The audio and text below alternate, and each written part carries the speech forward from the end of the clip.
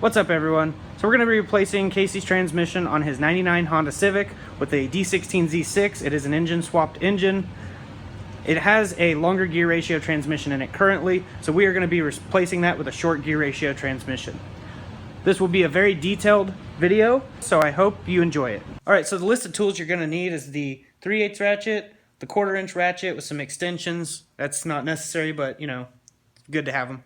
A 10, a 14, a 17, a 17, a 19, a 32, the tool to remove these aftermarket lug nuts, a 17 wrench, a 14 wrench, and a 12 wrench. You will need a breaker bar at some points, depending on how seized the bolts are. BESTLINE helps a lot in loosening up seized bolts. 20% off coupon code if you order this right here on this channel. I'll put it on the screen. We'll be using the impact for most of this, and the hammer and the screwdriver will be for removing the roll pin, aka the bitch pin. You will also need 3 jack stands and a jack, and obviously the transmission. The reason you'll need 3 jack stands is 2 of them will hold the car up, and then the 3rd one will support the engine while the transmission is out. Another thing you'll need is a drain pan, either like this one or like this one will work perfectly fine.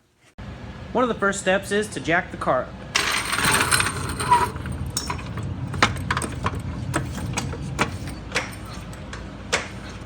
Next step will be to put jack stands underneath on a very sturdy and secure spot. This is where I decided to put the jack stands because it's a very secure and sturdy spot.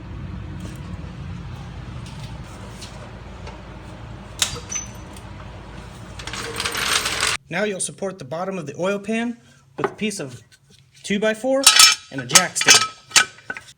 When we disconnect the transmission mount, the engine will lower, and it'll lower onto this, and it'll keep it supported. Alright, now that we've got the engine supported, the car is off the ground, we'll go ahead and disconnect the negative battery post cable. Alright, for demonstration purposes only, I'm going to go ahead and take the distributor off so you can see exactly what I'm doing in here. Next will be to remove your intake pipe. Most factory ones have a Phillips head screw right here, but these have a wing nut clamp. Alright, I like to move the wiring out like this. That way nothing gets pinched in whenever you're putting the new transmission in. Down here is where the starter is located. You'll want to disconnect the signal wire and move it out of the way. After you move the signal wire out of the way, you'll take a 12mm and loosen the nut on the starter. Next, you'll take your 14mm and your ratchet and you'll put it on the top bolt of the starter and loosen it. Now that you've moved everything out of the way, you'll take your 14 and you'll remove the bolt that's located right here on the starter. After you've done that, there's another 14mm at the bottom side of this starter. Now once you remove that bolt, the starter can come out. Next, you'll remove the slave cylinder located at the front side of the transmission, 2 12mm bolts located next to the exhaust. Now that you've removed that, you want to take it out of this rubber boot.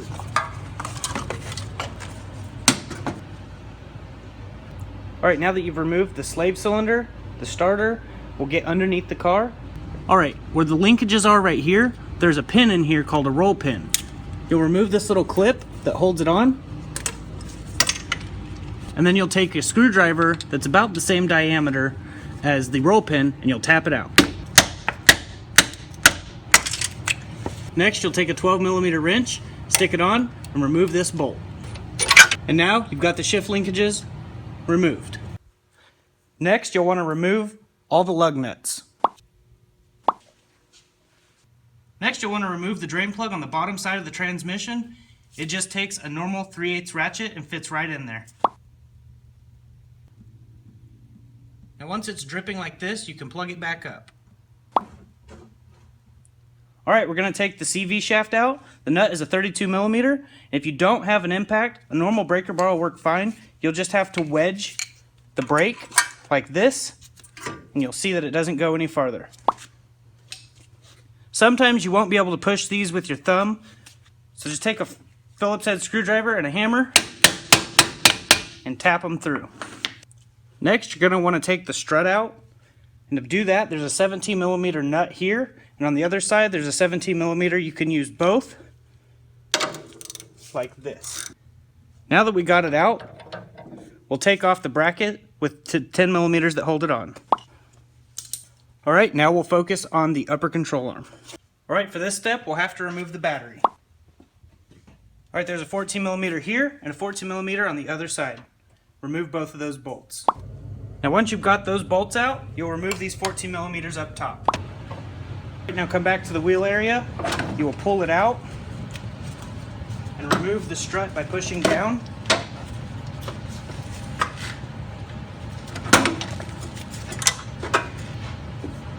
There are many ways to get the CV shafts out. You can yank them, but that usually tears the boot and rips them. And if you're wanting to save your CV shafts because they're in good condition, then you can use a flathead screwdriver behind the shaft, or you can just use a wrench. The flathead screwdriver is the easier method.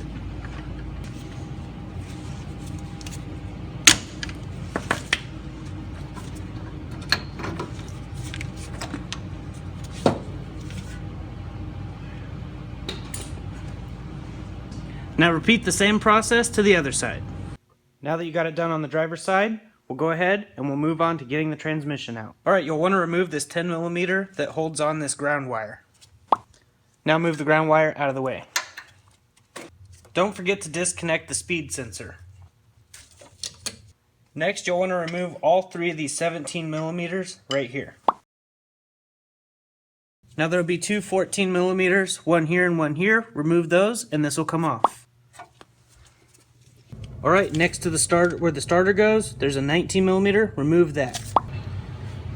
Now after you remove that, we're going to go to the back side of the engine. Okay. Now we're on the back side of the engine. Right here's a 17 millimeter. That will need removed as well. Then we have these two 19 millimeters right here. Remove these as well. Now that we remove those, we'll go to the front. Now you want to put the jack underneath the transmission to support it.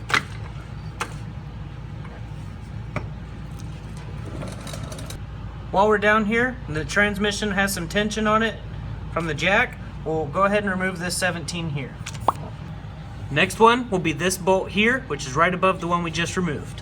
Now you'll want to remove this 17 millimeter and this 17 millimeter. Okay, now that all the bolts are undone, we only have these three bolts holding the transmission in. So once we remove these three, the transmission will want to fall. And that's where it's good to have two people. One person to kind of support the transmission while the other one undoes the bolts. We have the jack holding it up, so it should be fine. So now just undo these three bolts and then the one that holds it to the mount. All right, now that we got it to this point, we're going to pull it away and lower the jack slowly. Ready? Slowly drop it. Oops, it's fine. It's fine. Quick tip, whenever you're going to stab the transmission, where the input shaft goes into the clutch, use a clutch alignment tool and make sure that it goes in and out really smooth, and it should stab really easy. This can be a more difficult part. Luckily, lately we've had some pretty good luck with it, so it should just go right up in there. But beware of these pins right here. If they get damaged in any way, it'll make installing it very difficult.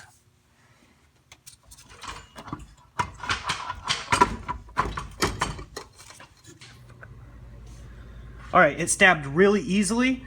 If you use the jack, it helps raise it up for you, or you can just manhandle it.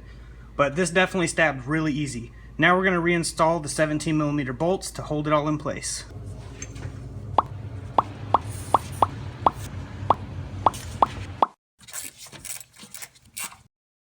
Don't forget to put the ground wire back on the transmission or you will have starting issues. Alright, now we're going to reinstall the shift linkages the way they came out. You'll take the roll pin, aka the bitch pin, and you'll tap it in a little ways, and then you'll give it a good swing. Then to put the screwdriver on.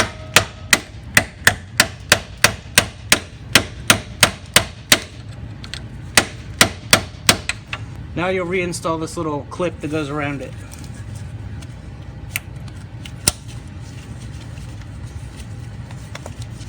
Now this one you just put the 12 millimeter bolt in and then tighten it down. Now that the bolt's tightened, we'll check to see if the bushing is bad on the shift linkage. As you can see, it has a lot of play. That means this bushing is bad, so Casey will be ordering some polyurethane bushing inserts to go in here. Now we're going to put the 2 bolts back in here that are 19 millimeters. Don't forget to put the 17 back in this one. Now that we've got it this far, just basically put the CV shafts back in, the struts back on, and reconnect everything in the engine bay. Alright, now that we got it all back together, we'll put the CV shafts back in, and this is how easy it is. Get it lined up to where it starts to spin, and shove it in, and that's that. Reassemble the rest the normal way that you took it apart, and then we'll go to the top. When reinstalling the strut, make sure this is facing forward. It kind of looks like an arrow facing forward. It'll be like that on both sides. Now that you got the suspension and CV shafts back on, go ahead and connect the starter power wire and the starter signal wire. Once you've connected all those connectors, put the distributor back on. Alright, now that it's all connected back together, we'll put fluid in the transmission. Alright, located back here by the rear T-bracket and under the intake pipe, there will be a speed sensor that has a 10 millimeter that holds it in place. We already had it removed prior to this. That's where we're going to fill it up. This takes 2.5 quarts. We have some of the powertrain lubricant from BESTLINE. You can get this for 20% off using the coupon code on the screen. It's really good stuff, and it's made for automatic or manual transmissions, power steering, differentials, and water pumps. It's really good stuff, and it's better than synchro mesh. The oil that we will be using is Mobil 1 10W40, and if you're thinking, oh, why is he pouring oil in his transmission? It's because Honda actually says you can, and it's always worked really well for us, so we're going to do it. Now you can just use a normal standard funnel like this, or you can use one of these you can get from Walmart for a couple bucks. They just go right on the end and you'll be able to pour it in. We'll just be using a funnel because it's a simple and effective method to getting it in. We'll start with the BESTLINE. Make sure the drain plug is tightened and make sure that the fill plug over here is loosened, because once it pours out you'll know it's full.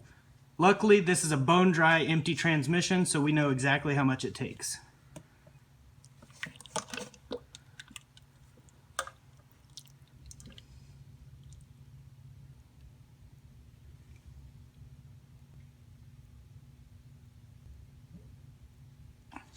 Alright, now we'll put the speed sensor back in.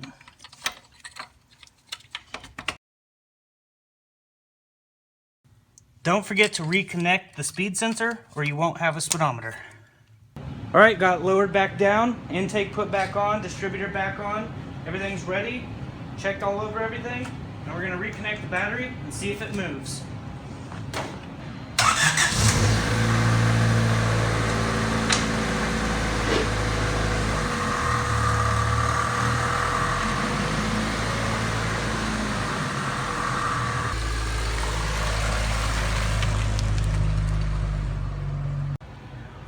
Well, there it is.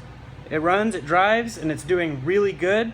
Definitely a shorter gear ratio than the other transmission, and we didn't exactly have time to do the bumper and wing in this video, so that will be a separate video. So definitely be staying tuned to Casey's channel. Link will be in the description, and my channel here. So we'll definitely have updates on this car, and it'll be getting Rhino line painted soon because we're going for a somewhat of a sleeper look. So definitely stay tuned, like this video, share the video, drop a comment, subscribe if you haven't already, and turn the bell notifications on so you get notified of every upload. Stay tuned for more, and God bless.